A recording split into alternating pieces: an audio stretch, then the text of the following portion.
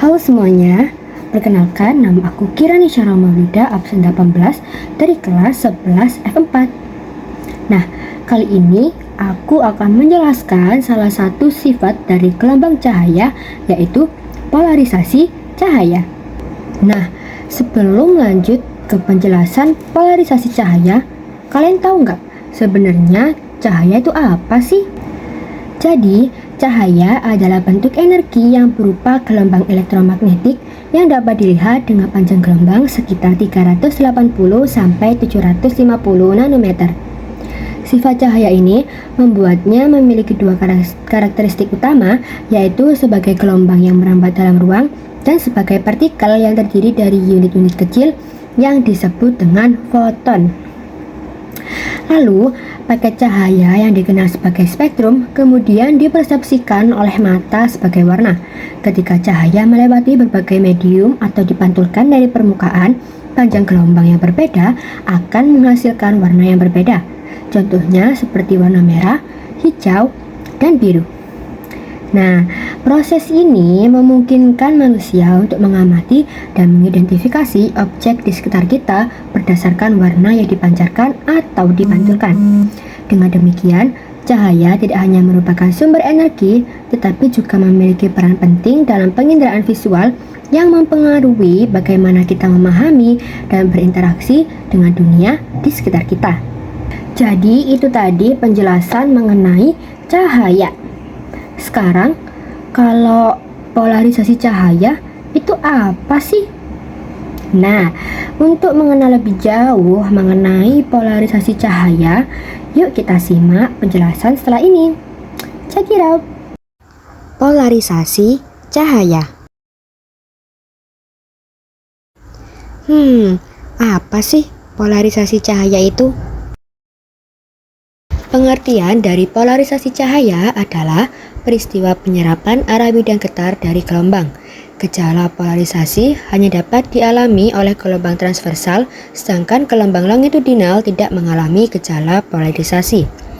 Polarisasi ini terjadi karena interaksi cahaya dengan permukaan benda, medium transparan, hamburan di udara, atau bahan khusus seperti polaroid. Fenomena ini banyak dimanfaatkan dalam teknologi seperti kacamata polaroid untuk mengurangi silau, layar LCD, dan kamera untuk meningkatkan kejernihan gambar. Selanjutnya ada beberapa cara terjadinya polarisasi. Yang pertama, karena pemantulan. Jika cahaya mengenai permukaan benda misalnya kaca dengan sudut tertentu sebesar 50 derajat atau disebut dengan sudut Brewster, sebagian cahaya akan dipantulkan dan menjadi terpolarisasi. Cahaya dipantulkan itu bergetar dalam satu arah tertentu saja. Jadi bayangin, kamu melihat genangan air atau kaca mobil di siang hari, kan pasti silau tuh. Nah, itu karena cahaya dipantulkan. Yang kedua, karena pembiasan.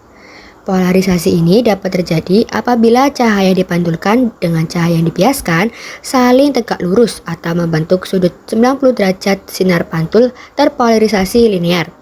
Cahaya dipantulkan merupakan cahaya yang terpolarisasi sempurna, sedangkan sinar bias merupakan sinar terpolarisasi sebagian. Ini terjadi saat cahaya melewati benda bening yang khusus seperti contohnya kristal. Cahaya bisa menjadi terpecah menjadi dua, dengan satu bagian tetap biasa dan satu bagian lagi menjadi terpolarisasi. Yang ketiga, karena hamburan.